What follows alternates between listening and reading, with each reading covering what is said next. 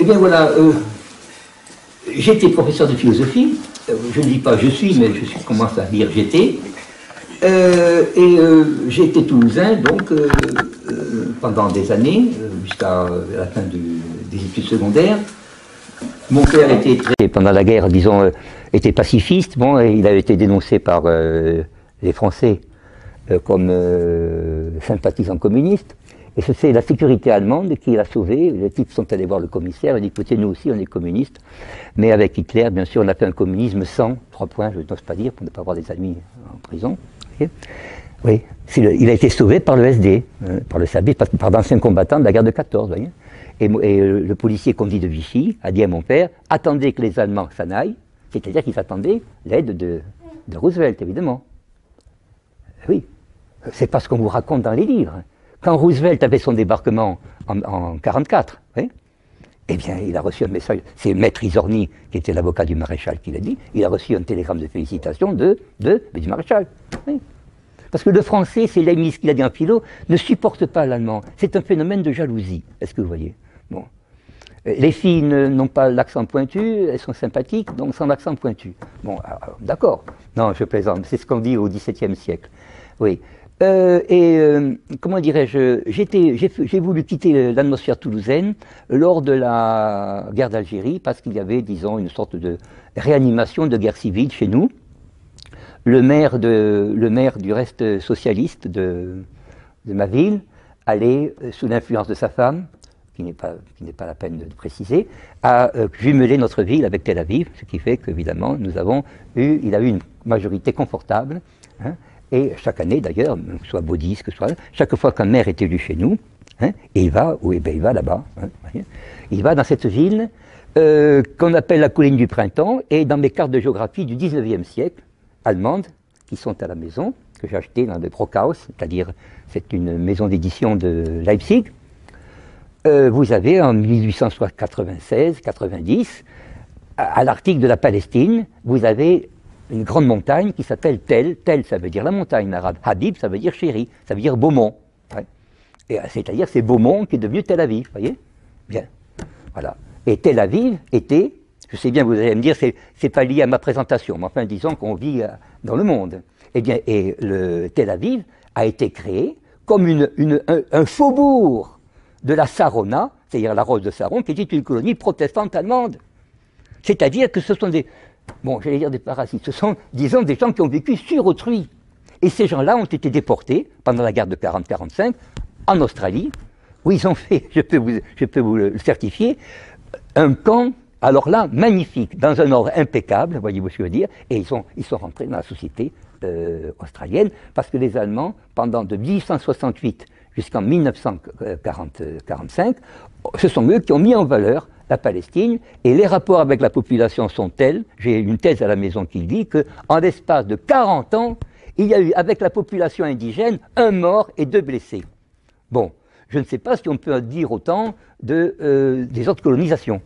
Bon, évidemment, si j'avais la liberté de dire tout ce que je sais, je pourrais vous montrer des images d'Arabes palestiniens agitant des drapeaux.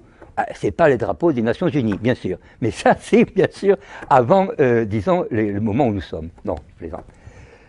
Plaisante pas du tout, mais enfin, disons que c'est ça. C'est vrai, mais c'est-à-dire, imaginez, vous avez des enfants, vous aurez des enfants, vous avez des enfants. Ce qu'ils découvriront dans l'après-catastrophe est inimaginable. Dites-vous bien cela. On peut très bien, je ne sais pas si Jean-Philippe dira, on peut très bien changer de dimension, évidemment. On peut très bien aller dans un autre monde. Mais ceux qui seront dans ce monde découvriront des choses dont ils vous reprocheront l'ignorance. Je suis suffisamment, vous savez, on a l'habitude des générations, ils vous diront, mais pourquoi tu n'as pas su ça, papa, pourquoi tu n'as pas su ça? Voilà. Eh bien, j'ai essayé d'apprendre quelque chose à Paris, justement, de monter à Paris, comme nous disions, en 60. Et là, j'ai eu comme professeur, de lycée, parce que j'avais une très bonne note en philo, bien sûr. Enfin, bien sûr, donc j'ai pu passer directement, sans aller à Toulouse.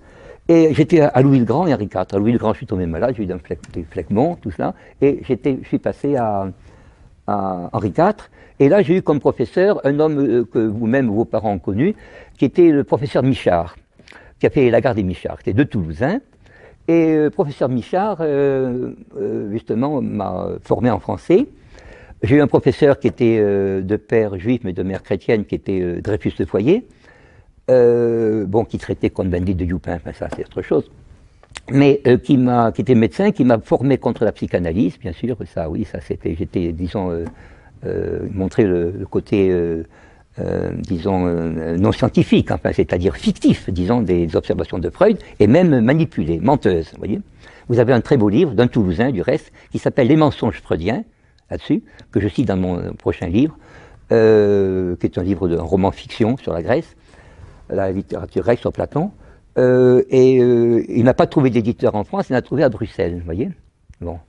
Et ça, il faut également que vous sachiez que j'ai été formé justement contre ce freudisme, contre ce marxisme aussi.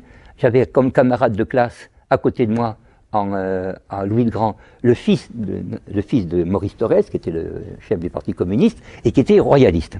Bon, il était homosexuel, mais ça c'est autre chose, mais il était royaliste. Et Paul était un type très instruit, et c'est lui qui nous disait que tout était fondé sur un mensonge, évidemment. Son second frère, lui, n'était pas de son père, mais ça je ne citerai pas autre chose. Lui était prof d'allemand, et le frère était prof de russe, et donc nous avions la plupart de mes camarades qui étaient communistes à l'époque, se caractérisaient par évidemment une forte activité. Le Parti communiste était vraiment dominant chez nous. À ce moment-là, dans les années 60-64, on peut dire que 25% de la population votait communiste. Et dans l'enseignement, surtout de l'histoire, était entre les mains de ces gens-là. Et tout le mythe de la Révolution française, tout cela, était également enseigné par eux. Et mes camarades, qui étaient eux-mêmes des enfants en général, dont un qui est un de vos compatriotes, qui s'appelle Fierro, donc c'est le Herrero et Fierro, qui est devenu un homme très important dans le domaine de la, disons, de l'histoire, de l'école des chartes, dans le domaine d'études des documents. Lui qui était de famille également communiste, de famille qui était communiste espagnol, sans être, disons, réellement des rouges, mais disons qui était formé à l'antifascisme, tout ça. Eh bien, dès qu'il faisait à peine 2 ou 3 mois de préparation de l'école des chartes dans mon lycée, il voyait la vérité, c'est-à-dire il comprenait que ce qu'on nous racontait n'était fondé sur aucun document. Que par exemple, quand on disait que le peuple de Paris se réunissait dans des comités, il n'y avait que 5% de la rue qui était convoquée. Le reste se tairait de peur. Je me rappelle d'Alfred Fierro, donc, c'est lui qui m'a fait connaître les colons de Palestine, justement. Je lui dis pourquoi. Il était brun, avec une barbe comme ça. Quand même, il avait toujours 16, 17 en allemand. Non, 14, 15 à Louis le Grand. Je dis quand même, pourquoi tu dis non? Mais je connais un colon de Palestine, une femme. Alors je suis allé voir, je fais une parenthèse, voyez-vous. Je suis allé voir cette femme, évidemment, qui avait un mari qu'il adorait. Elle était une blonde allemande, le mari était un Français agrégé d'allemand. Il était plus âgé qu'elle, mais on voyait qu'il était vraiment d'admiration. Au-dessus de la poste de Pigalle. Et elle m'a dit, voilà, une photo de papa, à moi avec papa, et je la vois avec des tresses, 1935, hein, en Palestine, hein, attention. Et je dis, ah bon, et derrière, qu'est-ce que c'est? Derrière, c'est l'hôtel King David, c'est-à-dire le fameux hôtel qui a explosé, en fait, avait été confisqué aux Allemands. C'est-à-dire, tout, si vous regardez une carte de 1914, tout ce qui est construit, les instituts de technique pour les jeunes filles arabes, tous les hôtels pour les pèlerins, tout est allemand. Non, je ne dis pas tout, je dis en entier tout. Vous avez un peu les Suédois, oui, vous avez même un village suédois qui est animé, et quand je suis là en Jordanie, les gens m'en parlaient, bien sûr. Les gens me parlaient des Autrichiens d'Haïfa, etc. C'est eux qui ont fait la Palestine, voyez-vous, car c'était la Palestine, une notion chrétienne. Enfin, je vous dirais, en fait, c'est la Syrie. Hein. Bon, ça, c'est pas la peine de dire. Je suis un des rares Français qui ose le dire. Ce qu'on appelle la Palestine, le Liban, la Syrie, c'est la même nation qu'on a coupée en 3. Et oui, c'est la même langue. C'est la Suisse, l'Autriche, le Tyrol, si vous voulez, l'Italie du Nord. Et l'Italie du Nord, elle parle italien, évidemment. Dans les campagnes, qu'est-ce qu'ils parlent comme langue? Le patois est germanique, évidemment. Ben oui, c'est comme quand vous allez, excusez, comme ça, important, mais quand vous allez en Pologne, quand vous allez dans les villages polonais, comment on appelle la cuillère? Bon, la cuillère, c'est pour la cuisine. Comment on appelle la charrue? On appelle la charrue d'un nom allemand, évidemment. Ce sont des Allemands qui se sont convertis, si vous voulez. Il n'y a pas d'entité slave. Le mot de Grad, qui est Stalingrad, la rue, c'est l'adjectif allemand, Gerode, défriché. Vous l'appelez Gerod, c'est le même nom. et ça, je le dis parce que c'est une vérité, je ne peux pas le dire ailleurs. Comme vous êtes peu nombreux, c'est l'avantage. Si j'avais une grande salle, évidemment, je ne me lancerais pas là-dedans. Tout ceci, ça se saura. On ne peut pas l'enlever, ceci, vous voyez ce que je veux dire. Alors vous l'avez dans des... Évidemment, en allemand, c'était bien expliqué, bien sûr, mais comme... moi, j'ai connu l'époque, encore au lycée, justement, là où j'étais, l'allemand était, grâce à De Gaulle, était très impulsé. Voyez-vous. Le russe aussi. Toutes ces langues ont diminué, voyez-vous. On a appris l'anglais, mais un anglais sans base germanique, c'est très pauvre. Vous comprenez? Et alors, on arrive à la situation d'aujourd'hui, les gens font un peu d'anglais parce qu'ils ont le rêve d'être un trader à Londres, voyez-vous. Ils s'imaginent qu'avec cela, ils pourront... C'est du rêve. Et on a des livres. Je peux vous dire que j'ai vu les changements entre les livres que j'avais à ce moment-là, en classe de préparation. Et aujourd'hui, je vous donnerai un exemple. Vous aviez par exemple la liste des verbes irréguliers. Aujourd'hui, dans la liste des verbes irréguliers, on ne met jamais le participe passé. On estime que c'est tout à fait... ça n'a pas de sens. On met le passé, on met le présent, et quelquefois, on met le présent et le prétérit. Le participe passé, bon, on peut l'apprendre par la pratique. Alors quand je donne au contraire des livres, c'est là que je connais la conférence, des livres de 5e, 6e, 5e, 4e, avec le professeur Lafay, qui était homosexuel. Je m'excuse de vous dire ça, mais, enfin, bon, on le chahutait comme on était des monstres, évidemment. Et on se mettait debout sur la table, enfin, en faisant King Kong, enfin bon. Tout ça, c'est... Et des gens très bien, des gens que vous trouvez dans les universités. Aujourd'hui, ils n'oseraient pas le faire, bien sûr, non. Eh bien, on avait un niveau de 6e, 5e, qui n'est pas le niveau de la première aujourd'hui. Je veux dire, en connaissance grammaticale. On faisait des thèmes, on était capable d'écrire, parce qu'on prenait du français, on disait, vous traduisez en français, on vous donne 2 heures le soir, de 5 heures à 7 heures, vous restez au lycée ou au collège, voyez-vous. Bon, je ne dis pas que enfin, ça je dis pour Patrick, mais un de mes principaux du collège a terminé avec la bande à Baudis, voyez, tout ça. Voyez, c'est terrible, hein. Je me demande comment je suis ici, hein, je crois que c'est un miracle. Ouais. Bon. Ces gens-là, ils ont renié exactement ce qu'ils nous ont fait faire, est-ce que vous voyez? Ils ont abandonné, et nous avions une solidité entre les mains. Nous avions la capacité, je l'ai dit dans une vidéo, vous savez, sur l'enseignement, nous étions tous les soirs, si je puis dire, dans un rapport silencieux avec nous-mêmes. C'est-à-dire qu'on avait une version à faire, un problème de mathématiques à faire, on le faisait au lycée, ou au collège, à l'étude, vous voyez, de 5 à 7, et on remettait le problème, vous voyez. Et on revenait à la maison, évidemment, on avait quelque chose à apprendre. Bon, on était dégagé. Quand on sortait du lycée, de ces gars, c'était fini. Tandis que là, au contraire, disons, il n'y a pas de limite. On ne sait pas très bien quand on rentre au lycée, on ne sait pas très bien à quelle heure on en sort, voyez-vous. Parce que c'est une sorte de, comment vous dire, de pression permanente, accentuée par le fait que les contrôles sont aujourd'hui continus. Alors qu'à l'époque, les contrôles, c'était à la fin de l'année. Voyez. Et alors, je peux vous dire que l'enseignement... Donc, je suis allé à la Sorbonne après, j'ai vu des professeurs, bien sûr, il y a eu de très bons professeurs. J'étais l'autre jour à Téhéran pour faire une conférence sur les sciences humaines, pour montrer que le concept n'était pas juste, évidemment, était un concept relaté, c'est un concept de manipulation humaine. Voilà, c'est-à-dire mélange de psychologie, etc., et de sciences. On mathématise des choses qui sont en réalité des sciences du comportement. Voilà. Mais ça n'a pas de fond. Bien sûr, mon auditoire, malheureusement, est un auditoire qui est... dans la jeunesse, ça se voit, à cause de la télévision, des médias qui reçoivent de l'étranger, voyez-vous, entièrement américanisés, voyez. Bon, je me rends compte, évidemment, je me rends compte, c'est malheureux. Les gens de ma génération, non, mais les gens qui ont encore 35, 40 ans, sont des gens qui ont connu la guerre imposée, conduite par l'IRA, bien. Mais ceux qui sont derrière, non, vous avez des gens qui sont des schizophrènes, c'est-à-dire qu'il suffit que les Américains décident que la partie tombera. Je ne dis pas tous les rangs tombera, mais il y aura véritablement une peine, évidemment, pour ceux qui ont pour la culture. La culture est américanisée à un point inouï. Les gens reçoivent la BBC chez eux, en pleine forêt, à 50 km/h. J'allume, j'étais avec un ancien pilote qui avait fait la guerre contre les Russes en 1941, vous voyez, qui est mort maintenant. Et je lui dis, qu'est-ce qu'on peut faire maintenant? Ben, il m'a dit, on va regarder la télé, quoi. Ben, j'ai eu Londres directement, j'ai vu les Iraniennes habillées à l'anglaise, quoi, qui racontaient que c'était le pays de la liberté, etc. Bon, c'est possible, enfin, vous savez que c'est pas vrai. Et le chat, bon, je pourrais parler d'autre chose, mais je vous raconterai demain pour l'histoire du chat d'Iran, pourquoi il a été, à mon avis, éliminé, voyez, et pourquoi Khomeini a fait une contre-révolution, mais lui-même a été éliminé, bien sûr, par la fatigue, l'âge. Ahmadinejad était bien, mais là-bas, elle est considérée, enfin bon, c'est le seul qui était remarquable, mais il y a beaucoup d'hypocrisie, vous savez, je me rends compte, mais vraiment je me rends compte, et bon, disons que ça me fait rien, je dis, bon, ben, la vie est un passage, bon, il y a des gens qui sont francs, d'autres qui ne le sont pas, d'autres qui sont ignorants, la plus grande partie est ignorante, c'est ce que dit Platon, c'est l'ignorance, la grande ignorance qui est évidemment le vice. Je reviens sur ces études, elles étaient bonnes en général, oui, vous aviez accès à l'accès aux conférences à la Sorbonne était libre, vous pouviez rentrer à la Sorbonne à l'époque, alors qu'aujourd'hui, quand je suis passé à la Sorbonne il y a quelques jours, je ne rentre pas. Pourquoi? C'est la lutte contre le terrorisme. Il faut avoir un papier comme quoi il est marqué que je suis étudiant, etc. Bon, je ne suis pas allé. Et je dois dire que je remercie encore la Catalogne, puisque c'était nommé Romeu, je me rappelle, qui était un Catalan, qui était au groupe de philo, qui n'avait aucun diplôme, qui avait son bac, mais qui était un type qui connaissait très bien ses livres. Et c'est par lui que j'ai connu les Catalans, d'ailleurs, oui, à ce moment-là.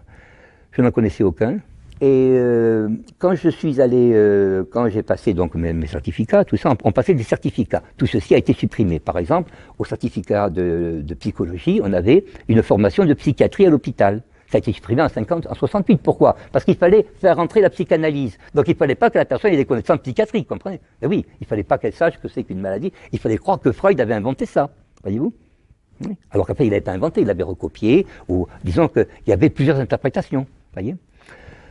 Alors, il y avait l'histoire de la philosophie aussi, où je l'ai dit à Marion Sigaud à l'époque, elle avait dit comment Ortiguet peut-il connaître ça, c'est en latin. Mais à l'époque, tous les types qui faisaient de l'histoire faisaient du latin. Mais tout le monde faisait du latin. Le notaire à côté de chez moi, il faisait du latin. Le médecin que je connais fait du latin.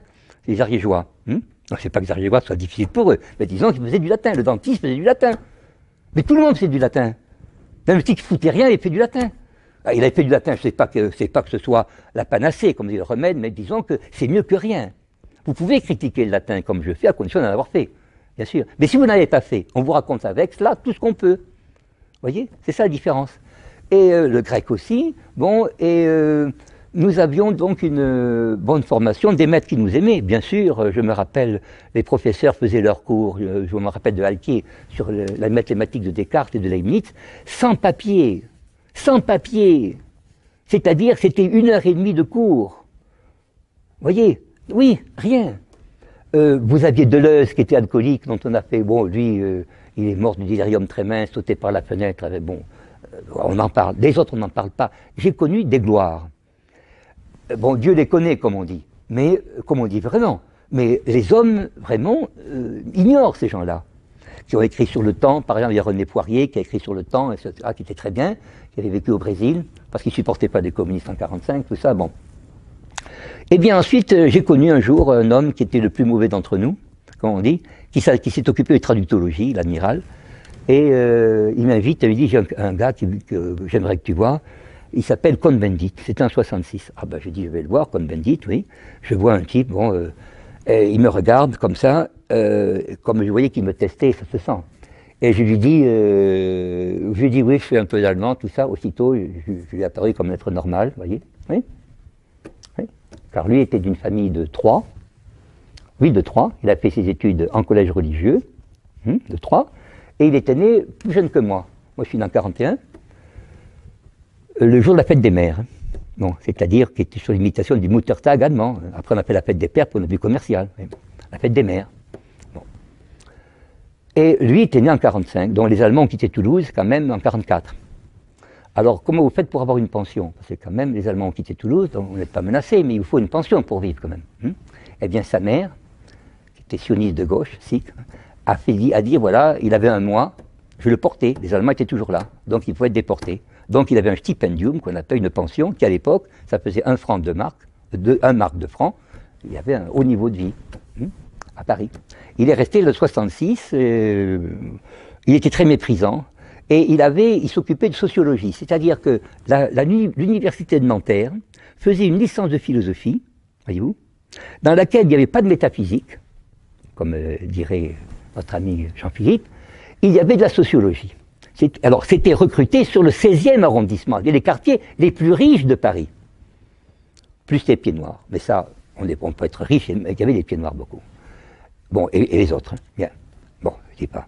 Et ces gens-là, avec Ricoeur, je ne dis pas comment il était, parce que vous allez me croire que je ne connais que des gens comme ça. Enfin, bon, Ricoeur, qui était, son fils s'est suicidé à cause de ça, du reste, était là, bon, on voulait faire une nouvelle Sorbonne, en 66, hein, c'est-à-dire 2 ans avant 68. Et il avait une dame, une fille, ils m'ont invité à voir un film avec Christopher Lee, un Fu Manchu, je me rappelle, je crois que c'était Fu Manchu, au Champollion. Et cette fille, c'était une fille très connue, bon, qui s'est présentée à la mairie de Paris, qui a raconté qu'elle n'avait pas connu Cohn-Bendit. Ils étaient amants. Bon, elle ne pouvait pas ne pas se connaître. Elle avait entendu parler de lui dans les journaux, c'est tout, vous voyez. Et alors, lui était très bien reçu par M. Missoff, qui était à la jeunesse et au sport. Et quand 68 a commencé, c'est par une altercation entre Missoff et lui. Mais quand j'ai connu Cohn-Bendit, il me dit que tous les dimanches, il allait manger chez Missoff, 2 ans avant. 2 ans avant. Bon, j'ai rien contre ça, mais disons que ça m'exaspérait. Je préparais l'agrégation à ce moment-là. Bon, c'est vrai, j'étais admissible, ouais, bon, 2 fois. Collé à l'oral, évidemment, on m'a fait descendre 40 places, parce que je n'avais pas suivi le cours du type à la Sorbonne. C'était bien, ouais, c'est normal, c'est la démocratie. Et bon, consent. Un grand résistant d'ailleurs, oui. Ouais. Enfin, Cohn-Bendit, donc, a eu l'altercation donc avec cet homme, et là où j'étais, c'était une assemblée de gens en commun, on avait un appartement en commun, dans le 9e arrondissement, et des gens qui n'avaient, ça vous le verrez, qui n'avaient pas d'expérience ni d'intérêt politique. En quelques jours, avec la propagande, se sont devenus des fous furieux. En quelques jours, j'ai vu des gens retourner, ça vous le verrez. Le type, il n'a aucune opinion politique à côté de lui, bon, à côté de vous, dans votre rue, tout ça. Ce sont ces gens-là qui vont marcher. C'est pas vous qui marcherez. Vous voudrez réfléchir, voyez. On aura réfléchi pour eux. Alors je me rappelle, même je me levais, oui, on a un flic à la maison, c'était moi, ouais. On a un flic à la maison, etc. Bon, je descends, elle était bretonne, je lui prends le téléphone, je dis au gars, écoutez, non, vous nous embêtez à votre flic. Elle était affolée, je lui dis, écoute, qu'est-ce que ça veut dire? Je suis contre ça. Alors, je fais, évidemment, à l'époque, j'avais le programme, hein. Parce que je connaissais déjà l'affaire de Palestine, tout ça, j'avais déjà le programme. Bon. Ah oui, ça j'étais vraiment... les camarades après de l'école des Chartes m'ont dit que... Oui, c'est vrai, je dois dire que c'était le bon côté de ma vie, de ça, d'avoir averti des gens à ce moment-là. Et bon, disons, j'ai connu cette révolution, j'ai connu vraiment... C'était horrible de voir toute cette bourgeoisie. Comment il s'appelle? Le baron Seyer, qui faisait partie de ce groupe du Trocadéro, qui était ultra-révolutionnaire. Vous comprenez? C'est la dictature en France. C'est un régime de bananes. Régime de dictature de bananière. Voyez? Et j'avais voulu, moi, à un moment donné, voir un homme qui est au Conseil d'État, Beauchamp. Et bon, je raconterai, j'étais chez lui, il est maintenant au Conseil d'État. Il avait dit aussi que De Gaulle était une dictature, etc. Je comprenais qu'il y avait un mouvement contre lui. Alors, ce n'est pas que... Bon, on pourrait parler de Gaulle longtemps, hein, mais je dois dire que... Bon, quand j'étais là-bas, chez lui, j'étais chez lui parce que bon, j'ai rencontré quelqu'un qui travaillait chez lui. Bon, et là aussi, bon, ce sont des personnages de comédie. Il y a des gens comme ceux que je vous ai décrits tout à l'heure, bien sûr. Rabinovitch, qui se faisait appeler Raven, bon, qui écrivait dans la Pravda. Oui, alors qu'il disait qu'il était pro-chinois. J'ai vu l'article avec la signature, hein. Ah, j'ai vu l'article, je peux lire du russe quand même, je peux lire, enfin c'est du grec, hein. On peut lire comme le grec, on peut lire la signature, Rabinovitch. Bon, il voulait m'inviter, etc. En 68, j'ai vu tous ces gens qui étaient de gauche ensuite devenir à droite, très rapidement, dont un député européen, Boucharen, je me rappelle, oui, terrible. Hein. On le voit, vous verrez, je vous mets en garde, c'est pour que ce soit utile, contre les retournements de situation. Vous verrez des gens tout d'un coup, regardez la Révolution française telle qu'on peut la lire, hein, vous verrez un peu cela. Des aristocrates. Comment a commencé, je m'excuse de revenir en arrière, je vais vous dire 2 choses sur la Révolution française. Mon ami Fierot, par exemple, m'a dit ceci. Sur 82 000 électeurs à Paris, à peu près 17 000 allaient voter, ou 12 000 allaient voter. Pourquoi? Il fallait voter à main levée. Personne ne voulait voter à main levée, donc tout le monde se taisait. Voyez-vous? C'est-à-dire, vous aviez une personne sur 8 qui allait voter. C'est ça la démocratie qu'on vous rappelle, qu'on vous raconte dans les manuels. Bon. En Allemagne, partout, personne n'y a cru. Personne n'y a cru. Même encore, quand je parlais de Marie-Antoinette dans les trucs, les enfants sont effrayés de voir cette reine qui... qui à 17 ans quand même faisait une dissertation latine pour remercier les étudiants de Strasbourg de l'accueillir. Vous voyez, c'est le niveau de l'instruction quand même. Essayez de demander aux sommités, non, chez Fabius et autres, vous voyez. Faites-moi un petit discours à 17-18 ans, voyez, en latin, tout ça. Bon, un français impeccable, voyez-vous, avec une fille qui écrit si les Français sont comme ça, il leur faut au moins une république pour les calmer. C'est une lettre de Marie-Antoinette, voyez-vous. Mais nous, on a voulu faire une monarchie avec Napoléon parce qu'il fallait remplacer l'empereur d'Autriche. Vous voyez. Il n'y a pas de raison que ce soit le même titre. Mais ça, pour moi, c'est une autre histoire, puisque vous savez que dans le récentisme, ça, on me dit de ne pas en parler, mais j'en parle, ce qu'on appelle l'Empire. Le mot d'Autriche, il indique, Österreich, l'Empire de l'Est, c'est un empire qui est à l'Est, voyez-vous ce que je veux dire, et qui est venu ici, en Europe, bien sûr, évidemment. Mais ça, je crois que ce mouvement qui est très important en Allemagne aujourd'hui, important par nom, mais en qualité, en Bavière, tout ça, je connais bien Elie, vous avez des découvertes qui sont fantastiques. Vous avez des êtres que l'on croit exister qui n'existent pas. Bon, c'est quand même étonnant, je pourrais vous citer des auteurs. Ceux qui ont entendu mes conférences savent que Cicéron est un homme de la Renaissance. Bon, c'est qu'il y a la biographie qu'on raconte est inexistante. Il n'y a aucune trace de Cicéron dans l'Antiquité. Par contre, le style, les événements, oui, peuvent être de la Renaissance, voyez-vous. Enfin, je vous le dis, on me dit de ne pas le dire. Écoutez, je vous le dis parce qu'on vous le dira plus tard, voyez-vous. On n'aura aucun souvenir de moi, j'espère. Hein. Sauf que le bon surnagera. Mais, voyez-vous, ainsi de suite. Bon, je ne sais pas comment vous dire. Il est certain que les mathématiques dans le Timée ne sont pas des mathématiques anciennes. On ne peut pas imaginer un calcul des probabilités quand même sous les Grecs, 5e siècle avant Jésus-Christ, comme 4e siècle avant Jésus-Christ. Or, il est dans le Timée, voyez-vous. Bon, ceci se dit à voix basse dans certains milieux. Mais on n'ose pas en avertir la population. Parce que si on leur dit qu'on a menti sur ça, et surtout, on va dire qu'est-ce qui va rester. Dire que Isabelle la catholique et Ferdinand étaient des fonctionnaires impériaux, et que la découverte de l'Amérique n'est pas ce qu'on vous a dit, mais que l'expulsion des Juifs d'Espagne, c'était le départ en Amérique qui était déjà découvert, ça c'est alors là, c'est dans la littérature russe actuelle, avec Fomenko, avec les Allemands, là c'est... Oui, bon, ici, rien du tout. Ah, ici, non, on ne dit rien, on ne peut pas en parler, voyez-vous, l'histoire de ce qui explique les steaks des Mormons, etc., qui sont développés. Quand on dit, je m'excuse encore de dire c'est pour l'Espagne, c'est pour laver l'Espagne d'une accusation infamante, on parle du massacre des Indiens par les Espagnols. Bon, vous connaissez les Espagnols, mais on n'imagine pas les Espagnols en train de massacrer les Indiens. Enfin, on n'imagine pas. Je m'excuse de vous dire ça, Ramirez, on n'imagine pas. Non, on sait que le massacre, c'est 2 siècles après, avec les Anglo-Saxons. Est-ce que vous voyez? Ça, c'est la vérité. Ça, c'est les Russes qui l'ont dit. Fomenko a travaillé depuis 73. Il est plus jeune que moi. Donc, je peux dire, il est né en 45. Pour moi, c'est toujours très jeune. Vous voyez. Il est plus jeune que moi. Il a travaillé. Il a fait ça sur des modèles mathématiques. Oui. Bon, ici en France, on ne travaille pas, c'est le coq sur le fumier, bon, on chante, voyez-vous, on ne travaille pas. Bon, alors, vous avez appris mes carrières, comment ça s'appelle, ce que j'ai dit dans la maçonnoscopie, on a le système des concours, c'est pour ça que je veux rentrer dans le vif du sujet, le système des concours n'existe pas en Allemagne, on dit qu'il est un régime autoritaire avec le casque à pointe, qui est en fait un retour au Moyen-Âge, je m'excuse de vous dire ça, en 1840, oui, c'était pour revenir aux formations du Moyen-Âge. Vous n'avez pas de concours, pourquoi? Parce qu'on a d'abord une vie beaucoup plus franche, quand on donne une licence à quelqu'un, c'est vraiment une licence, voyez-vous.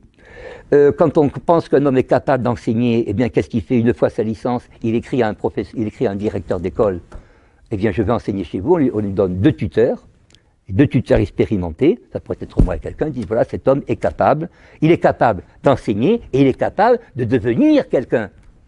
On juge quelqu'un sur le devenir qu'il peut avoir, pas simplement sur un concours qu'il a passé à 24-25 ans. Est-ce que vous voyez?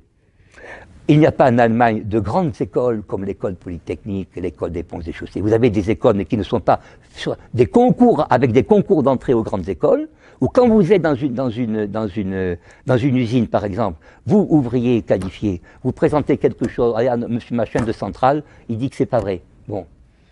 Pourquoi? Parce qu'il est de Centrale, non pas parce qu'il a fait, est-ce que vous voyez? Et ça, cet enseignement très important, c'est là que je vais commencer la conférence, donc j'étais très étonné parce que je l'ai étudié en étudiant un auteur autrichien, allemand d'Autriche, disons, qui était professeur à Prague, la première université allemande d'Europe qui était avant Iéna, qui concurrençait la Sorbonne, puisque Prague était une ville allemande, il y a un texte de Goethe avant d'être tchèque. Bon, ça, oui, là, qu'est-ce que vous voulez?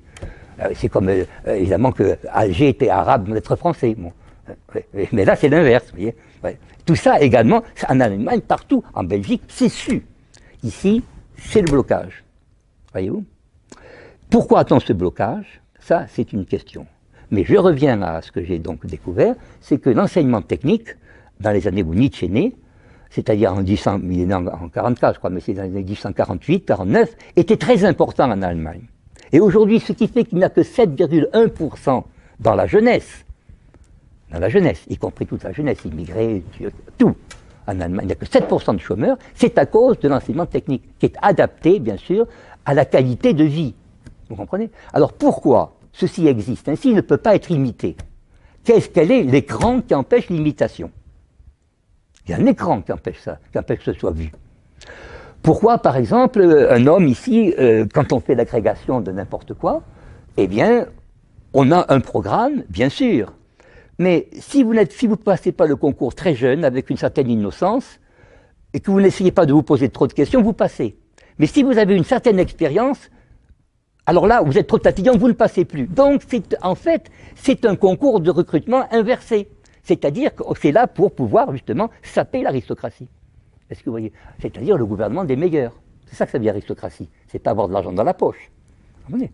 Quand vous allez en montagne, vous cherchez un guide. Vous cherchez le meilleur quand même, non?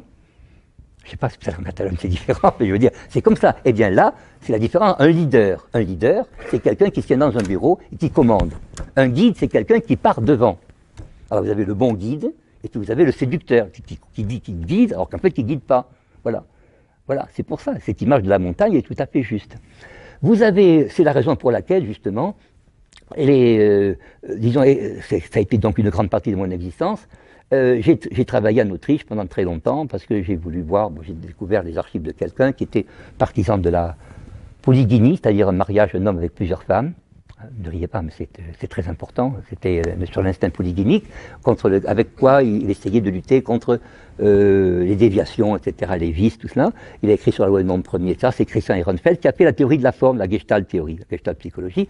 Il y a un barrage complet, bien sûr, et c'est à l'occasion de ce barrage que ma directrice de thèse, qui est une camarade, m'avait dit, Pierre, 97% de l'université dans les mains de la maçonnerie aujourd'hui, et ainsi de suite. Et je lui ai parlé de la maçonnoscopie. Bon, cette expérience chez De Gaulle n'a duré que 2 ans, plutôt non, de 70 à 73. Après, j'ai voulu reprendre mon indépendance, et ce n'a été que en 2000, quand j'ai connu donc un professeur dont vous avez entendu parler, c'est-à-dire le professeur de Vichy, le professeur Porisson, que j'ai connu par hasard, je dois dire, mais avec qui je partageais le même professeur de philo, 2 professeurs de philo du reste, l'un qui était Dreyfus Le Foyer, l'autre qui s'appelle Jean Beaufray, qui avait également les vices dont j'ai parlé tout à l'heure. C'est vraiment effrayant. Ah oui, il faut faire quelque chose. Oui, le vice sexuel est absolument redoutable. Que j'ai donc fait la connaissance de Ahmed Rami, qui était un officier marocain qui avait fait un complot contre le roi du Maroc, qui avait demandé l'asile politique en Suède. Et là, je me rappelle que Rami m'a raconté, car ma connaissance de la Suède, finalement, j'ai vécu. Vous savez, quand on est plus jeune, on ne mémorise pas, on vit comme cela, puis c'est après coup que le capital se produit. Et je m'aperçois que j'ai connu la Suède quand même pendant très longtemps. Et sa femme est russe, un médecin russe. La petite d'ailleurs, ils ont une petite qui est très jolie, très russe. Et Ahmed Rami, donc qui avait voulu tuer le roi, était parti en Suède. Et en Suède, il a été reçu avec un faux passeport. Et on lui a dit, tu sais que tu as un faux passeport, il te faut quand même des papiers d'identité. Un officier de police, de l'inspection, renseignement, etc. Vous voyez, une femme, en ayant vu, en sachant pourquoi il était venu, il avait voulu tuer un tyran, etc. Bien. Elle s'est levée, elle a dit, monsieur, je vous félicite de ce que vous avez fait, c'est des gens comme vous qu'il faudrait en Suède. Bon. Bien. Est-ce que vous imaginez? Non. C'est même pas la peine de dire en seconde. C'est impossible ici. Vous voyez la femme, costaud, etc. Ahmed a eu un logement, il a la possibilité de s'instruire en langue suédoise, etc. D'ailleurs, sa femme, qui vient de Saint-Pétersbourg, a passé 2 ans de formation 2-3 ans de formation de langue suédoise, où on lui a appris non seulement le suédois, mais le suédois non cultivé, le suédois populaire, pour pouvoir soigner les gens des plus basses classes. Vous voyez ? Ça, je dirais, je m'excuse de vous dire le Nord, le Midi. Nous avons un ami commun avec Patrick. Bon, je sais pas, je vais pas le dire quand même. Bon, il était parti pendant la guerre, mais évidemment, il y en a qui allaient, comme le général Delbois, bombarder Dresde. Bon, oui, lui, il n'a pas bombardé Dresde, bien sûr, mais disons qu'il était parti dans l'armée impériale, comme Descartes, quoi. Alors là-bas, ils étaient mesurés. On mesurait les gens. Vous avez le type nordique, tout ça. Et puis le gars qui passe devant lui dit « Toi, un prof, toi, tu as le type nordique. » Tous les copains se foutent de sa gueule. Mais non. Le gars se met en colère, me dit Anthony, alors toi, tu es un Catalan. Oui, je suis un Catalan, c'est vrai. Et il avait le type catalan, et son frère a dirigé les services secrets d'Afrique du Sud. Hein. Bon, je racontais pas ça au lycée, évidemment, parce que alors c'était le suicide, évidemment.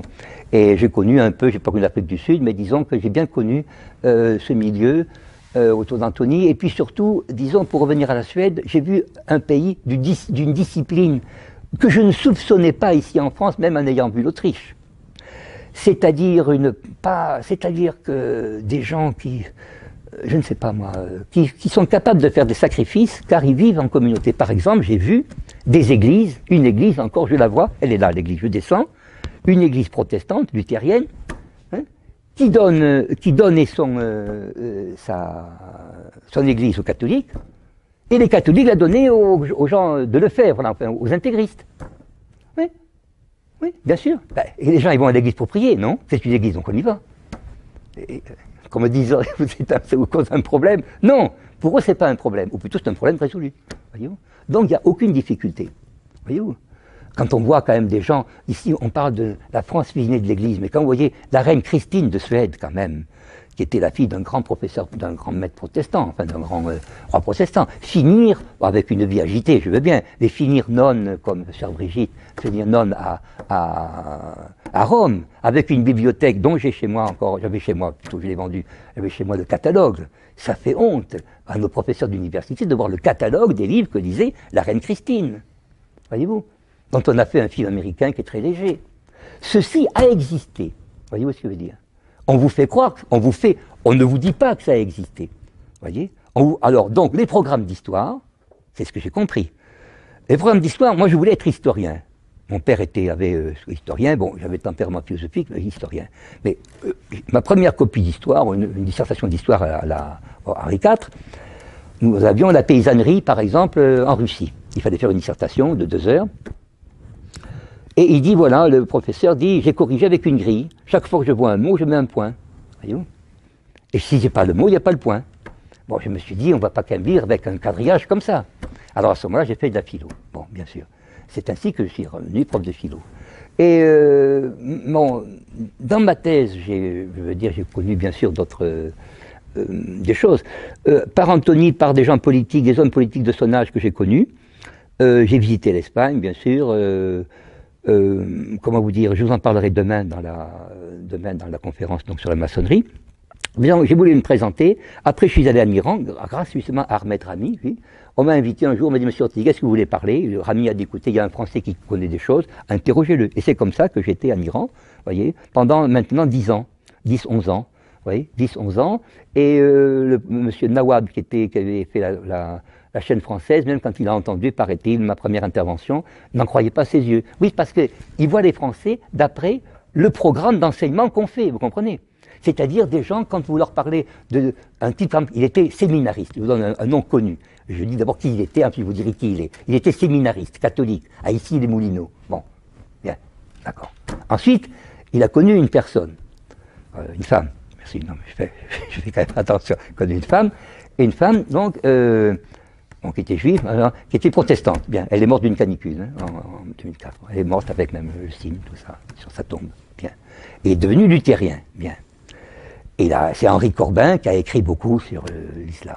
Quand vous demandez à l'ambassade de France, Henri Corbin, ben c'est comme si vous demandiez, je ne sais pas, à l'ambassade de France, est-ce que vous savez quel est le café le plus proche de la gare de Perpignan? Vous avez encore une chance d'avoir une réponse. Voyez-vous, là, il n'y a aucune réponse.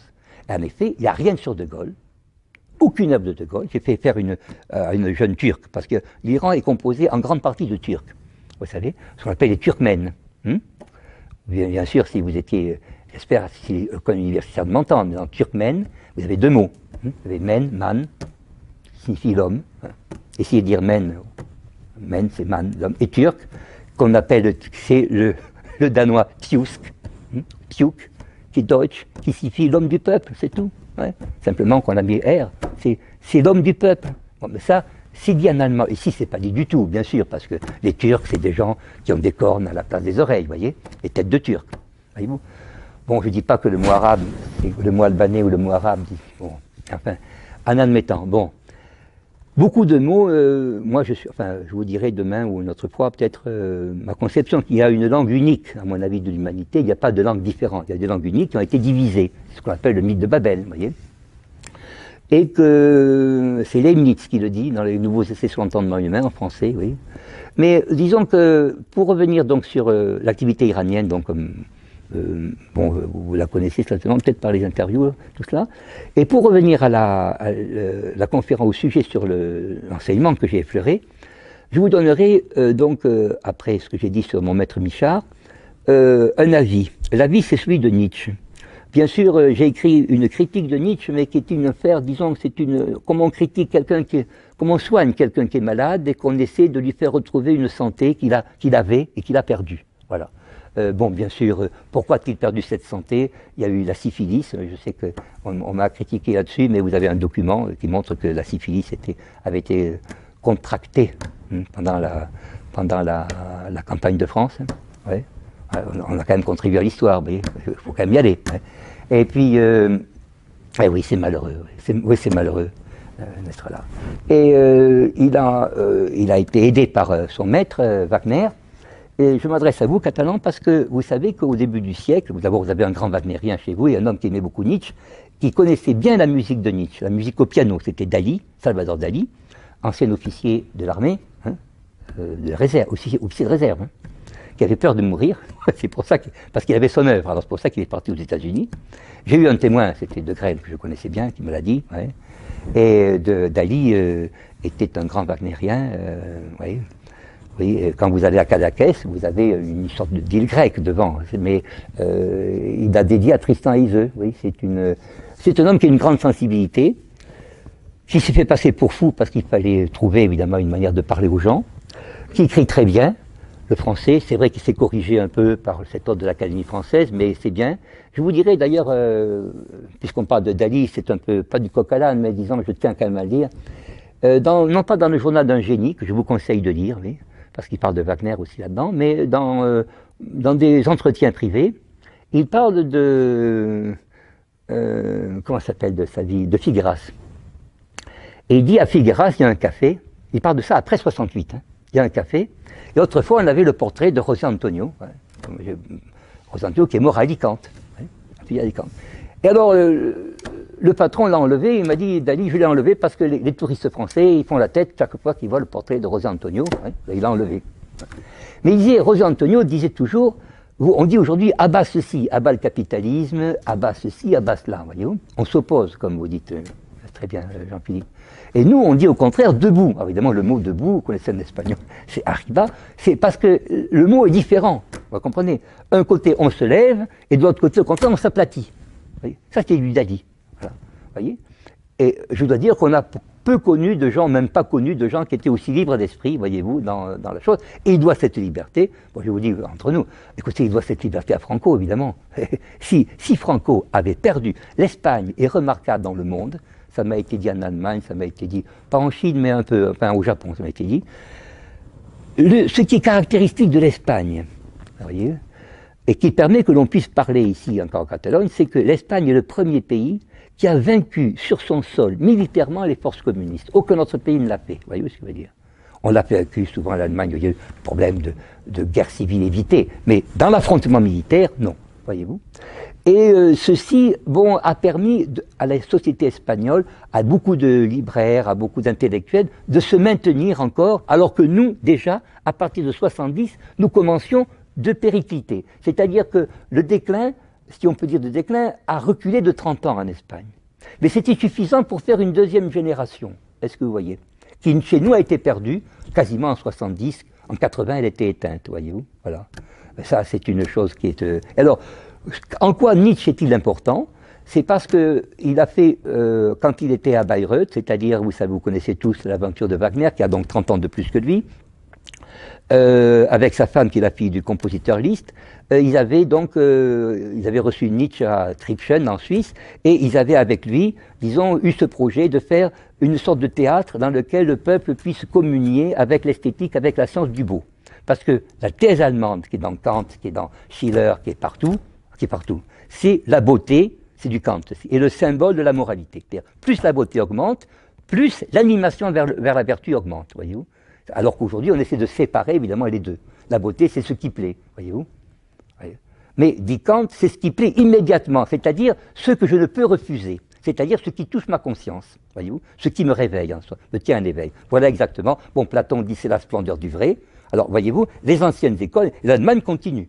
Le premier livre, le livre que je vous conseille de Nietzsche sur l'enseignement, c'est le livre sur les avantages et les défauts de l'histoire, qui commence par une lettre de Goethe à Schiller en 89. Voyez, nous, on s'occupait avec le haut clergé de moins payer d'impôts, les Allemands s'occupaient de culture, voyez, en 89, 1789. C'est là la grande différence, est-ce que vous voyez?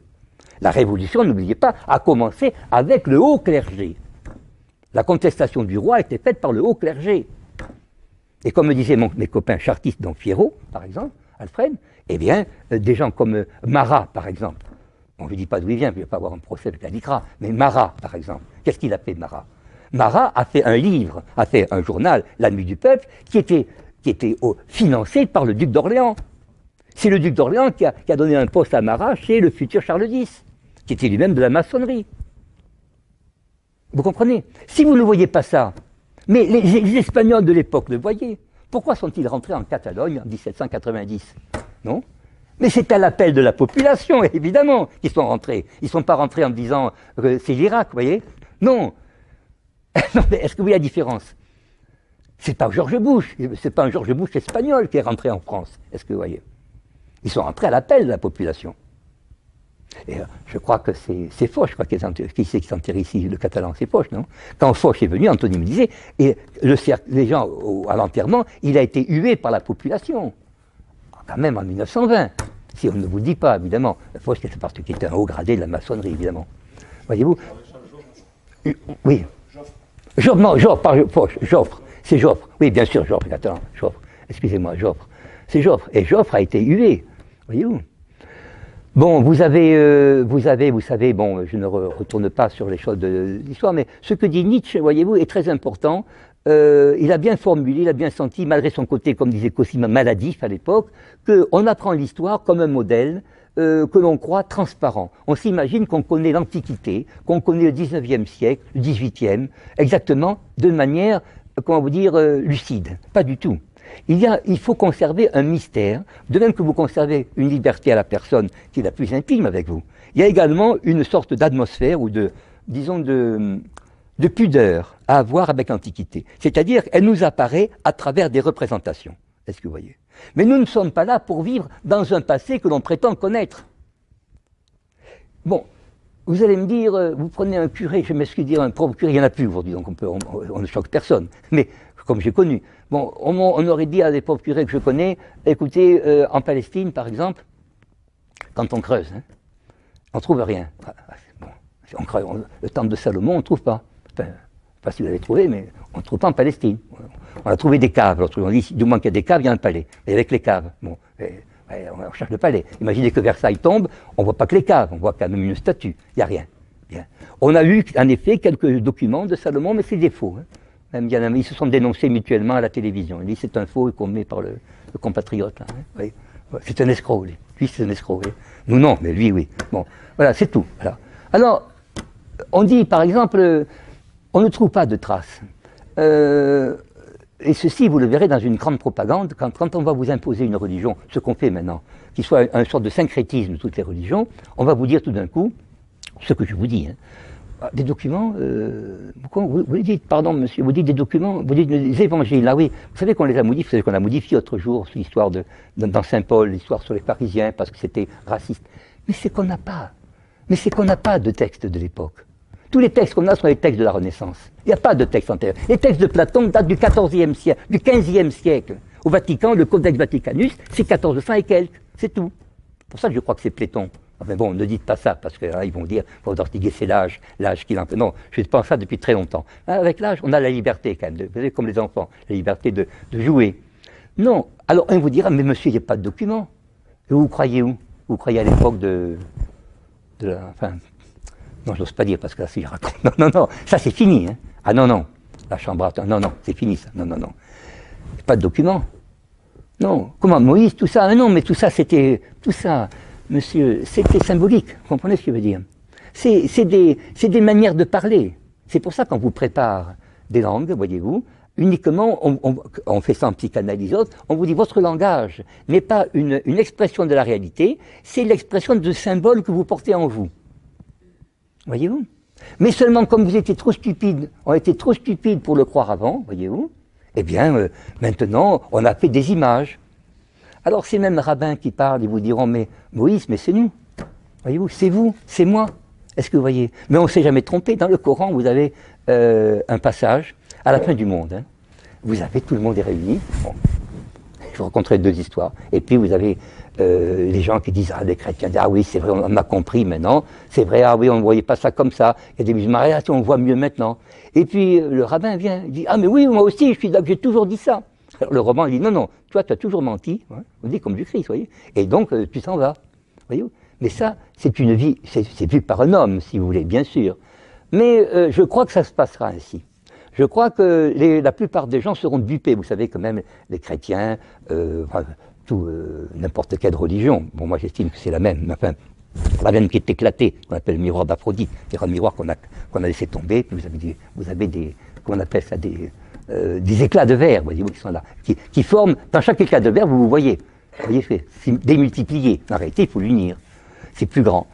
On vous montrera ça et je crois que les gens se laisseront guider, mais ne chercheront plus à critiquer. C'est-à-dire, moi, je peux vous dire, mais quand même, j'ai ce document du Codex Vaticanus, comme je dis, Platon, vous savez, Platon, Gorgias, par exemple, 404E. Pourquoi je dis qu'il n'y a pas... Parce qu'il n'y a qu'un seul manuscrit, le Codex du Vatican, c'est tout.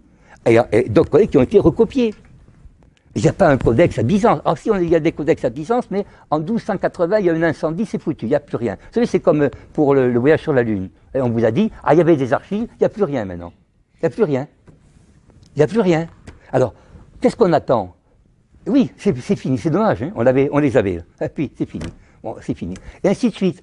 Je crois que cette idée qui est très profonde, je vous conseille de lire cet article de Nietzsche parce qu'il dit qu'on essaie de former des assurances du passé pour donner à l'homme une certitude dans le présent. Certitude qu'il doit être bien gouverné, voyez-vous, et que le gouvernement est là pour protéger son égoïsme rationnel. Voyez-vous. C'est-à-dire que, je ne sais pas, c'était une amie qui me disait, moi, je fais ce que je veux.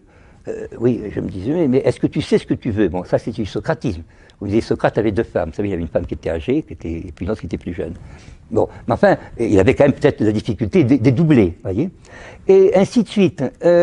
Vous ne pouvez pas, disons, vous ne pourrez pas résister si vous avez l'impression que le cadre qu'on vous donne est un cadre fixe, que vous n'avez rien à y changer. Dans cette lettre de Goethe à Schiller dont je vous parle, il dit qu'il n'accepte une instruction, disons une information, comme on dirait aujourd'hui, que si cette information l'anime, c'est-à-dire a une influence sur son activité, son action. Mais si elle n'a pas d'influence sur son action, elle lui sert de rien. Or aujourd'hui, ce qu'on donne dans l'enseignement, c'est une certitude qu'il n'y a finalement rien d'autre à apprendre que votre propre intérêt.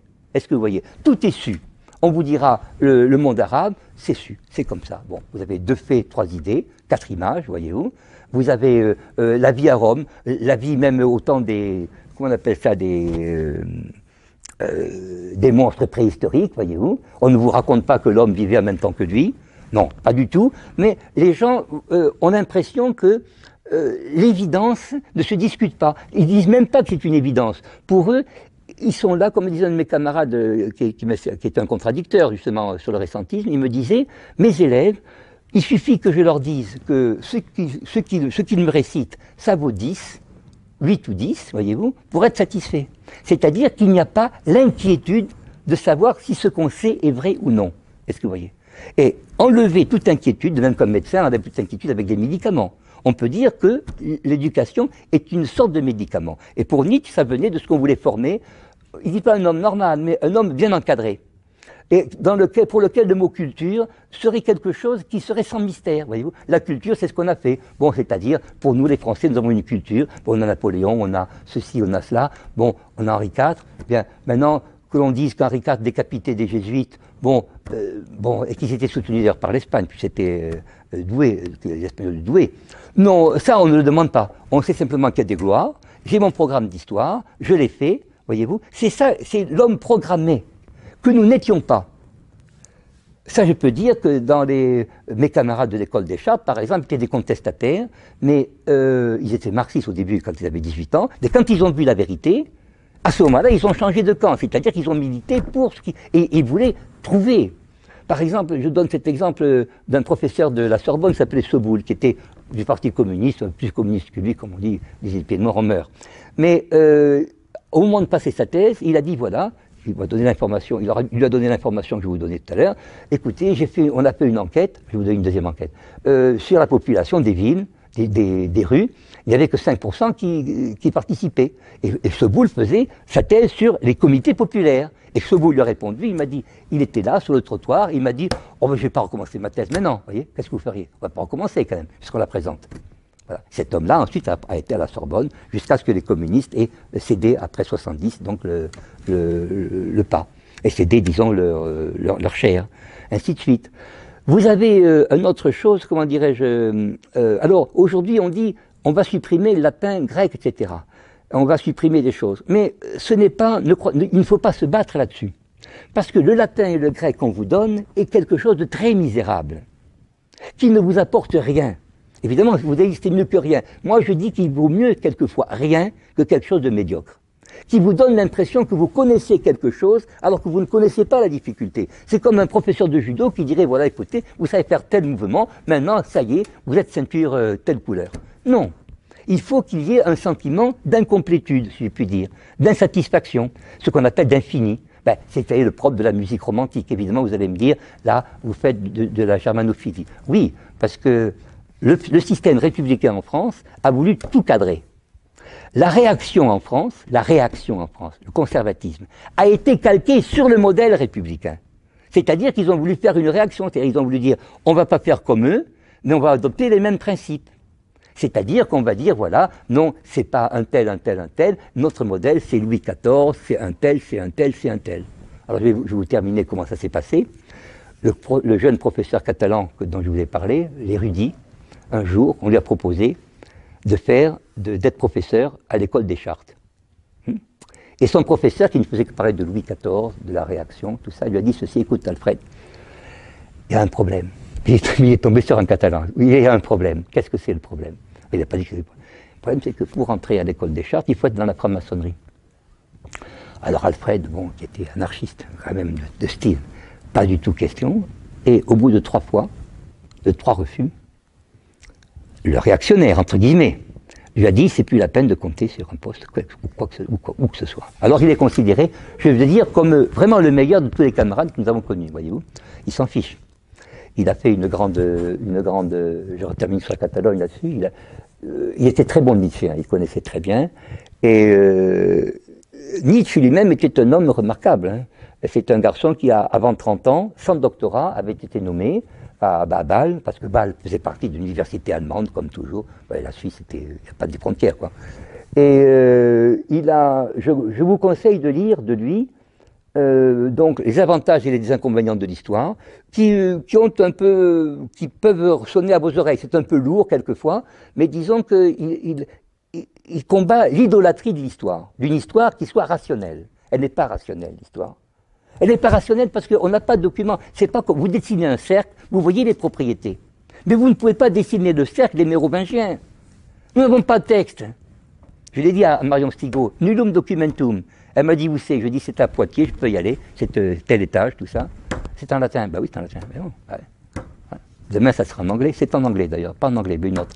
Tout ça, les Allemands, qu'est-ce que vous voulez? Il y a un fond mystérieux. S'il n'y a pas un fond mystérieux, vous n'avez pas aimé quelqu'un parce que vous dites j'ai son dossier, non? Est-ce que vous voyez? Il y a quelque chose qui vous échappe, bien sûr, c'est la vie qui vous échappe. Mais disons qu'il y a une conscience morale à avoir, disons qu'il y a un esprit critique à avoir dans le présent. Tandis que celui-ci est endormi par de fausses assurances.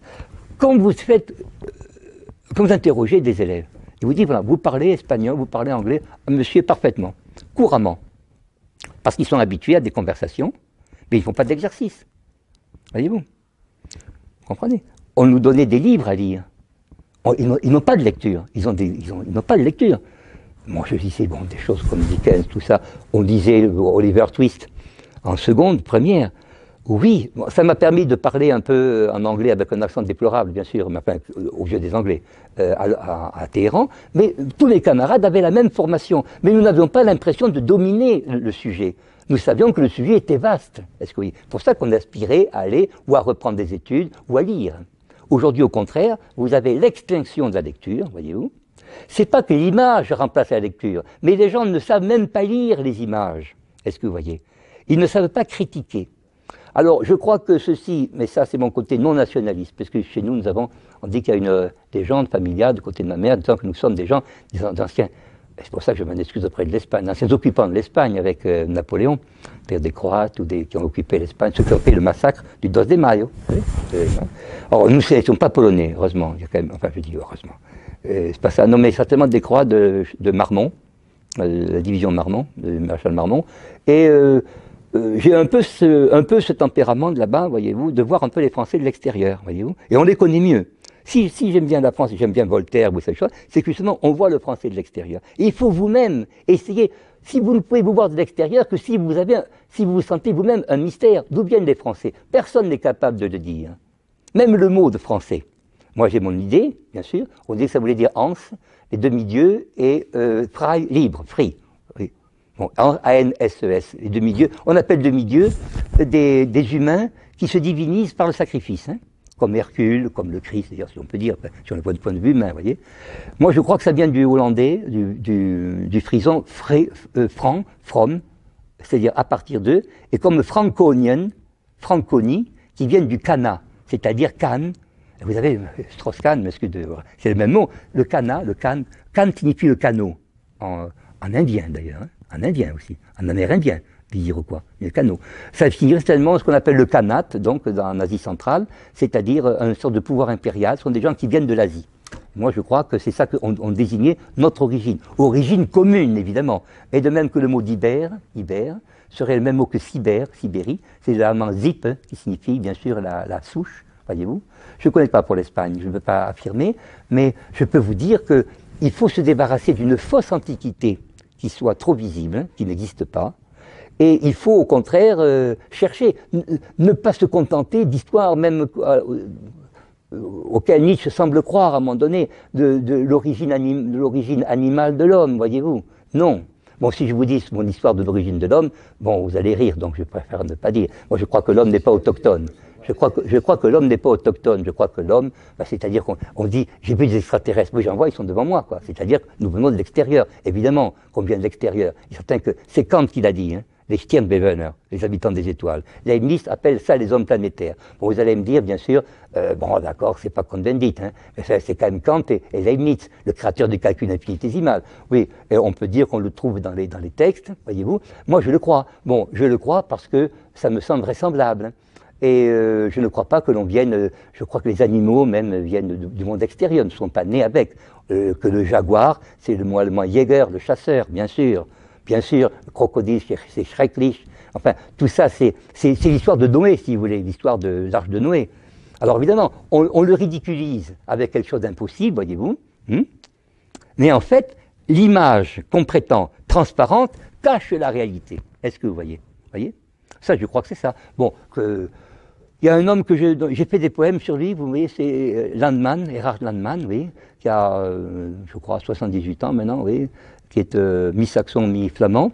Il a écrit, oui, l'autre jour, il a démontré, par exemple, qu'il n'y a jamais eu de royaume visigothique. Ça n'existe pas. On ne trouve aucune monnaie visigothique.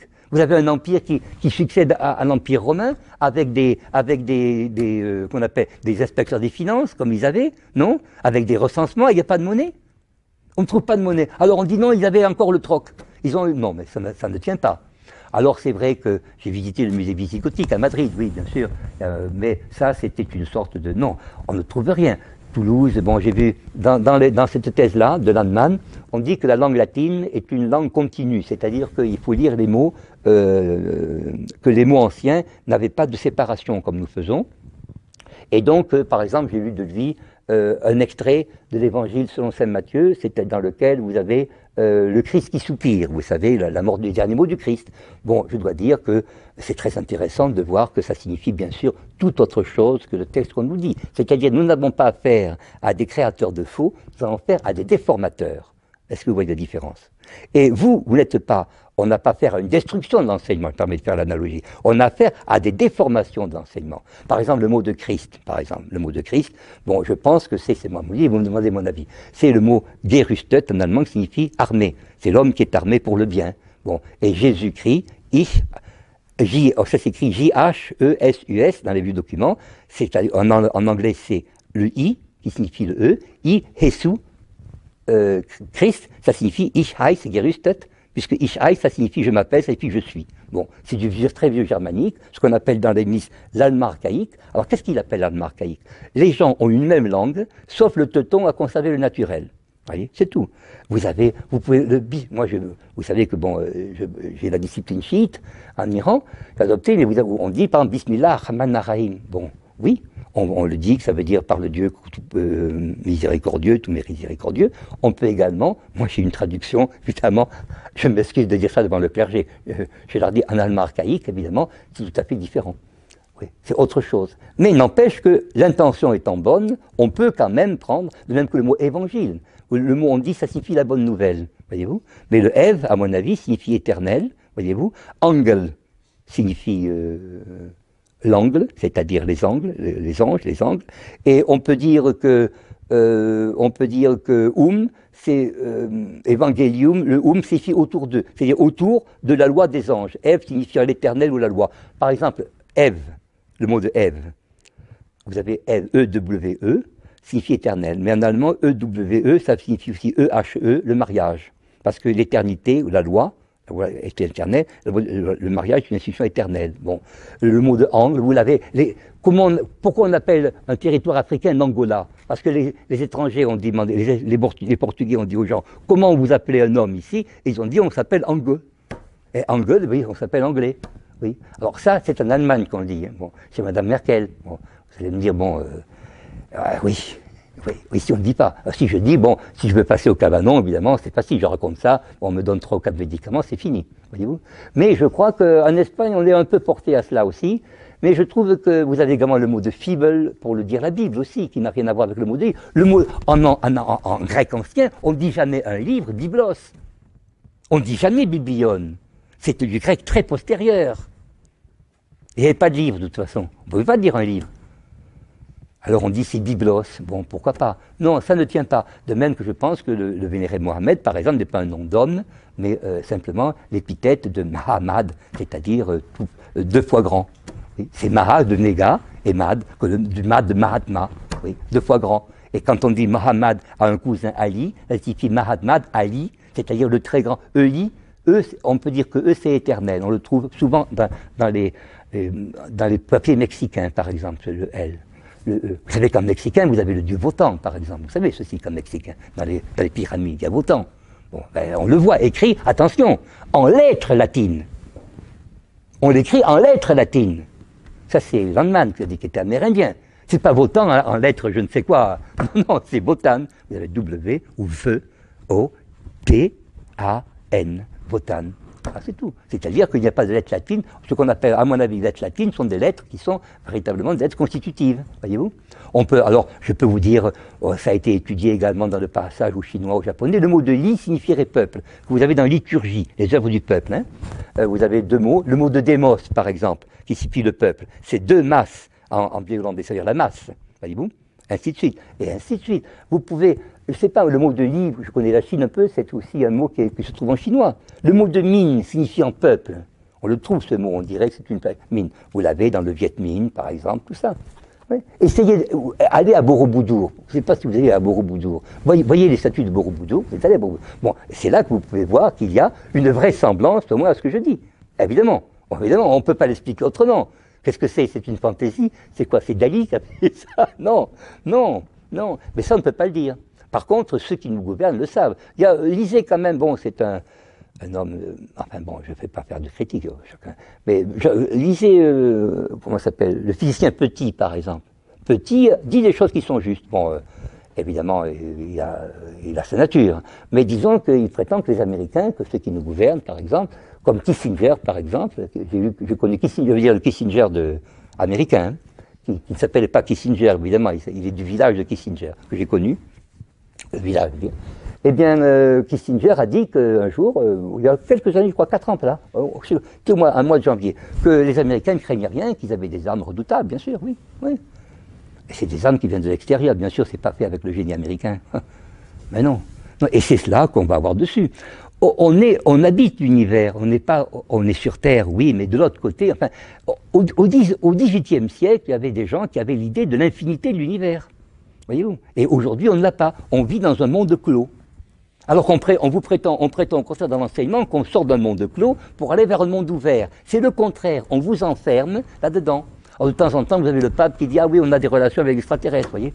Vous avez la confession de Pie XII, par exemple, que j'ai connue là-dessus, oui. Vous ne connaissez pas ça, non? Oui, bon, évidemment qu'il y a quelque chose. Oui, bien sûr. Bon, bien sûr, vous allez me dire le mot, enfin, le mot de... Le signe le plus répandu dans le monde, c'est le signe qui signifie le sacré. Bon. En allemand, on dit le sacré Hil, H-I-L. Bon, ouais, d'accord. Comme la viande halal, ça veut dire sacré dans l'univers. Halal. Bon, oui. Oui. Ah oui, c'est. Bah oui, c'est pas. Qu'est-ce que vous voulez?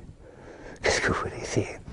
Oh, alors ça vous paraît bizarre, mais le jour où, dans très peu de temps, quand on dira par exemple, moi-même aux musulmans et aux arabes, la Mecque, mais la Mecque n'existait pas au 7e siècle. Elle a existé au 10e siècle. Au XIe siècle, ça n'existait pas avant. Aussitôt, vous aurez... Ils diront ça quand ils décideront de rafler complètement, de rayer complètement la religion, pour la remplacer par un autre produit. Vous allez chez un marchand, on vous dit non, ça ne se fait pas, monsieur Ortiguet. C'est ça qu'on prend maintenant, voyez. Et ça, de même qu'ils ont fait en Iran, par exemple, une révolution, bien sûr, mais parfois, il y a des gens chez eux qui font des caricatures pour pouvoir pousser justement à la réaction américaine. Est-ce que vous voyez mon point de vue? Voyez, ça c'est très grave, ça se voit. Vous voyez des types quand même, écoutez, quand vous voyez que les Anglais ont joué la carte du clergé révolutionnaire depuis 1905 en Iran, voyez-vous. Et ça, on le sait quand on l'étudie, mais n'empêche qu'on étudie aujourd'hui comme des perroquets, non, il y a une révolution contre un tyran, etc., etc. Voyez-vous. Et nos enfants, vos enfants l'étudient. Comment s'appelle, ma voisine, par exemple, a une amie allemande, elle a invité la fille qui a 10 ans, qui a 6 ans, 9 ans maintenant, oui. La fille a dit non maman, parce que nous sommes en 2014, nous étions en 2014, ça faisait l'anniversaire, non maman, les Allemands sont nos ennemis, voyez. Et ça c'est l'histoire, justement, qui est enseignée, c'est une histoire obligatoire, est-ce que vous voyez. Et de même que le français, par exemple, vous avez des auteurs de français qui n'existent plus.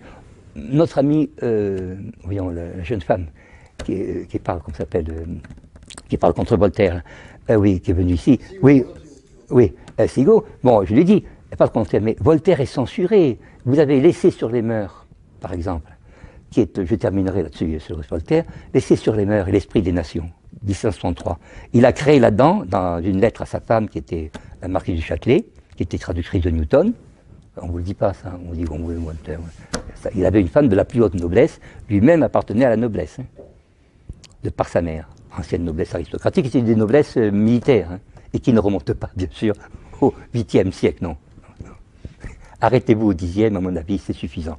À mon avis, c'est cela. On n'a rien de sérieux, si je puis dire, au-delà. Rien de fiable, si vous voulez. Bon, en admettant. Il a écrit un chapitre sur Mahomet, la religion musulmane, voyez-vous, qui est un éloge de Mahomet, qui est un éloge de l'esprit militaire, etc. Bon. Et il a fait une critique de la Bible, telle que nous la connaissons, dans la première partie. Eh bien, moi, de mon temps, il y avait en collection Garnier, l'esprit des lois, cette fois l'esprit des nations. Oui, il a inventé dans cette lettre à Madame du Châtelet l'expression philosophie de l'histoire, je dis. Bon. Eh bien, c'est censuré. Ce n'est pas en Pléiade. Les gens à la fac ne le connaissent pas. Donc, ils n'enseigneront jamais. Il n'y a pas eu d'interdiction de le lire. Mais il n'existe pas. Est-ce que vous voyez? Et moi, je me rappelle très bien le lire dans la collection jaune Garnier. Est-ce que vous voyez? Voyez? Bon, on vous parle de dernière chose encore. Il dit que, dernière chose encore, mais je termine, on vous parle par exemple, on vous stigmatise l'Espagne encore, en disant l'Espagne, pays de l'esclavage. L'Espagne n'a jamais fait l'esclavage. L'Allemagne, sauf Brême, bon, je ne dis pas qui était à Brême, enfin j'arrête là, hein. Les rats de Brême, comme on dit, non, n'a jamais fait d'esclavage. L'Italie n'a jamais fait d'esclavage, voyez-vous. Vous avez l'Angleterre et la France. Et encore Angleterre en France, certaines familles, hein, ouais, que l'on retrouve aux Antilles. Voilà. Et c'est eux qui crient le plus contre l'esclavage. Est-ce que vous voyez? Alors qu'on ne l'a jamais fait. N'empêche que partout, en Iran, on m'a dit, mais quand même, l'esclavage, non. Vous avez le christianisme, j'ai rectifié, bien sûr. Vous savez qu'en tant que chiite, j'ai rectifié.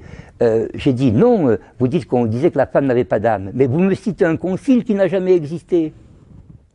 Même ceux qui en inventent ne l'ont jamais dit. Alors, ces gens qui sont à la tête de ces choses, du clergé ou autre, ils sont cyniques. Dans la mesure, le problème c'est, ils sont damnés, si vous voulez, dans la mesure où vous croyez. Est-ce que vous voyez? Vous croyez à leurs mensonges. Est-ce que vous comprenez ce que je veux dire? Ils sont entraînés. C'est pour ça qu'il y a une damnation éternelle. Parce que c'est vous-même qui les entraînez. Est-ce que vous voyez mon image? C'est pas comme si le monde s'arrêtait. Bon, c'est fini, il y a le néant. Non. Votre vie continue. Voyez-vous? Votre vie, elle est continue, en réalité. Et s'ils sont dans la mauvaise voie, évidemment, ils iront dans la mauvaise voie. Voyez? C'est pour ça que je vous dis que j'ai préféré faire cette conférence-là sur, en citant mon exemple personnel, disons, mais sur l'éducation, parce qu'il y en a qui vous diront, mais l'éducation, bon, si vous dites ça parce que vous avez un certain âge, ou un âge certain, comme on dit, bon, et vous ne reconnaissez pas ce que vous avez connu. Bon, on peut l'admettre. On peut tenir ce propos. Mais moi, je vous tiendrai le propos, je voulais vous le dire, que Heidegger a tenu. Donc, il a dit que lorsqu'on est âgé, il y a deux manières de parler à la jeunesse. On peut dire, ben, vous ne savez pas faire ceci, on peut leur dire, on peut leur reprocher d'avoir des ignorances, tout ça, ce qu'on arrive à entendre très souvent, tu ne sais pas faire ceci, tu ne sais pas faire ça. La vieillesse commençant souvent à 50 ans, vous avez 50 ans, vous avez 20 ans, on vous dit, toi, tu ne sais pas faire ci, tu ne sais pas faire ça. Bon. Mais il dit, il y a une autre manière, pour ceux qui n'ont pas Altwerden, mais qui, comment ça s'appelle, oui, veulent vieillir, ouais, veulent bien vieillir, pour Altwerden. Parce qu'en amont du vieillir, ça signifie devenir vieux. Ouais, c'est l'image est plus, c'est une langue primitive, c'est le cas de le dire. Donc, tout est visible. Il dit, la seule façon de parler, quand on a un certain âge, à la jeunesse, c'est de lui dire qu'il y a. Alors, il ne dit pas qu'il y a un avenir, ça c'est les positivistes qui disent ça, les maçons qui disent ça. Non, il y a simplement une aube. L'aube, dit-il, efface la nuit. Voyez-vous? Elle n'est pas le jour. Voyez-vous? Et il faut, avant que quelqu'un rentre dans le jour, il faut qu'il passe par l'aube. C'est-à-dire, c'est pas l'effacement de la nuit, c'est l'enregistrement de la nuit, voyez-vous? Et en fait, il faut qu'il devienne, devant l'aube, qui est un blanc, il faut qu'il devienne, non pas passif, mais qu'il devienne réceptif au jour. Est-ce que vous voyez? Or, l'enseignement que vous avez, aujourd'hui, enlève la réceptivité. Est-ce que vous voyez? Il vous ôte la réceptivité. Vous savez que des gens comme Kant et autres, ils ont dit, la connaissance commence par la réceptivité. Bon, alors évidemment, bon, je pourrais parler indéfiniment. Je crois que j'en ai assez dit là-dessus, non, parce que je pourrais en parler, évidemment, vous dire, parce que je pourrais aussi dire, oui, je vous l'ai dit tout à l'heure, certainement, Patrick, j'ai une élève japonaise, par exemple, je l'ai raconté ceci, oui, bon, qui n'a jamais lu un livre de Platon. Elle a une licence et de maîtrise. Donc, on peut dire qu'ils ont tué complètement l'enseignement de Platon. Elle aura des classes au Japon, voyez-vous. Pensez, c'est-à-dire, elle n'a jamais lu. Alors, je lui dis, Choco, tu lis pas? Alors, elle s'assied, elle me dit, si, je lui dis, bon, qu'est-ce que c'est? Alors, moi, je lui ressors du Platon. Alors, on parle du Platon, évidemment, traduit. Et puis, de temps en temps, des formules. Alors, elle s'assied, parce que c'est le Japon impérial, quand même. Hein. Elle dit, voilà, elle écrit, voilà, c'est tout. Elle m'a dit, merci, elle me fait le courrier, merci de m'avoir dit ça. Et j'ai des cahiers comme ça. Mais les professeurs, bon, masculins ou féminins, ou du troisième sexe, peu importe, hein, mais disons que ces professeurs-là, en réalité, ils ne savent pas ce qu'ils font. C'est-à-dire qu'ils ont l'impression d'avoir fait leur devoir, voyez-vous, parce qu'ils ont une idée claire de ce qu'ils ont à faire. Mais c'est cette idée claire qui est mauvaise. Il ne faut pas avoir d'idée claire, il faut avoir une conscience claire de soi. Vous comprenez? Tandis qu'on remplace la conscience par des idées. Et ceux qui ont, au contraire, maintenu la conscience, eh bien, je m'excuse de dire, c'est la philosophie allemande, eh bien oui, celle que critique Nietzsche, vous verrez, c'est-à-dire les Kant, les Hegel, tout cela, jusqu'à Heidegger, quoi. Ils disent que nous sommes des sommets, voyez-vous, qui sont encore à parcourir. Bon, eh bien oui, ils ont travaillé pendant 30 ans, 1770-1830, on les a occupés, on les a grevés d'impôts, etc., etc. D'ailleurs, les Français ont été insupportables par les impôts, c'est inimaginable. On les accueillait à bras ouverts parce qu'on les accueillait parce que, bon, d'accord, vous voulez venir chez nous, venez. Mais quand on voit comment ils se conduisaient, et aujourd'hui, je crois que les Français, malheureusement, feront une autre révolution, qui ne sera que la suite des autres révolutions, voyez-vous. C'est-à-dire qu'en réalité, on leur dira, non, non, non, vous manifestez le souci d'une consommation nouvelle, les révolutions, ils n'ont plus la force intérieure de les faire, ils ont la force de les consommer de l'extérieur. Est-ce que vous voyez? Vous comprenez? En 68, il n'y avait aucun programme dans la rue, voyez-vous? Aucun programme dans la rue, aucun. Les gens ne connaissaient pas, ne savaient pas ce qu'ils voulaient dire.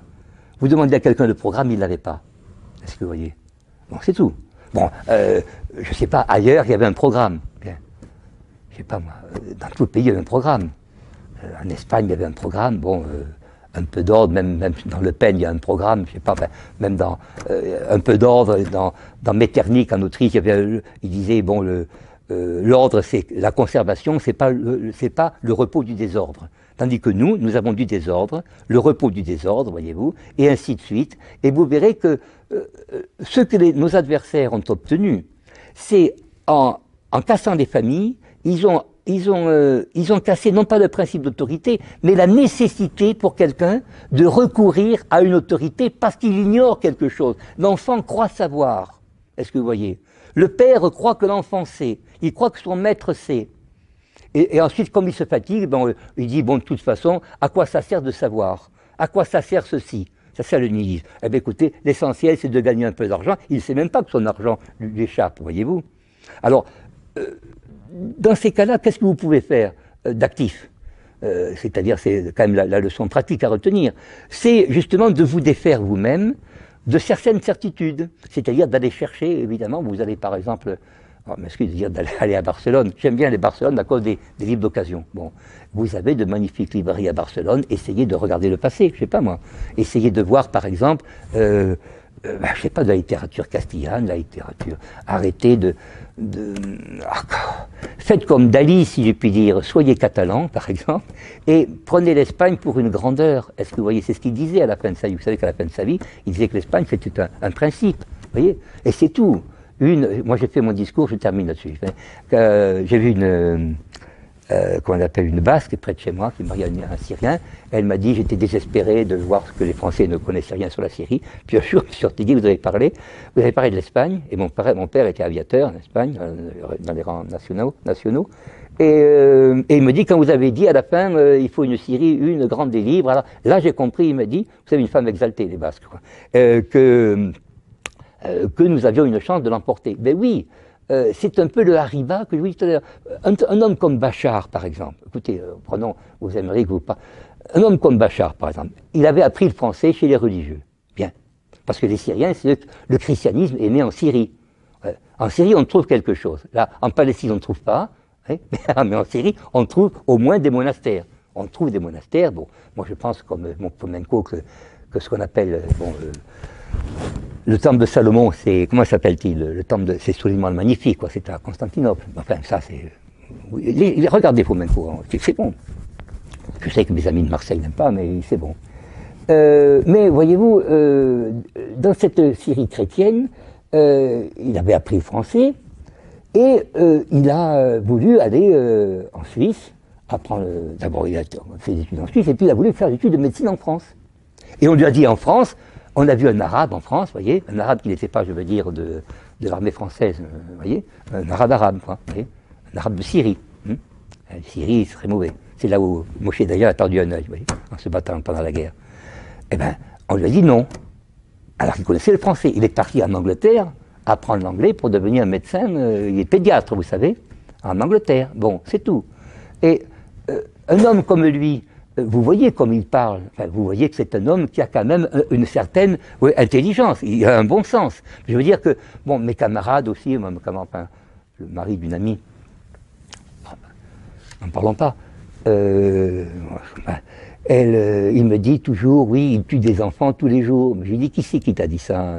C'est ta radio, ton chef? Il me dit, non, on le dit partout.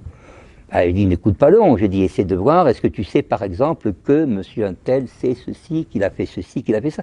J'ai dit, est-ce que tu sais, comme disait la voiture, hein, est-ce que tu sais qu'il est médecin? Tac, le mec s'est arrêté. Est-ce que tu vois un médecin en train de projeter des explosifs sur son peuple? Enfin, c'est aberrant. C'est aberrant. Est-ce que vous voyez? On ne peut pas le croire. Vous voyez?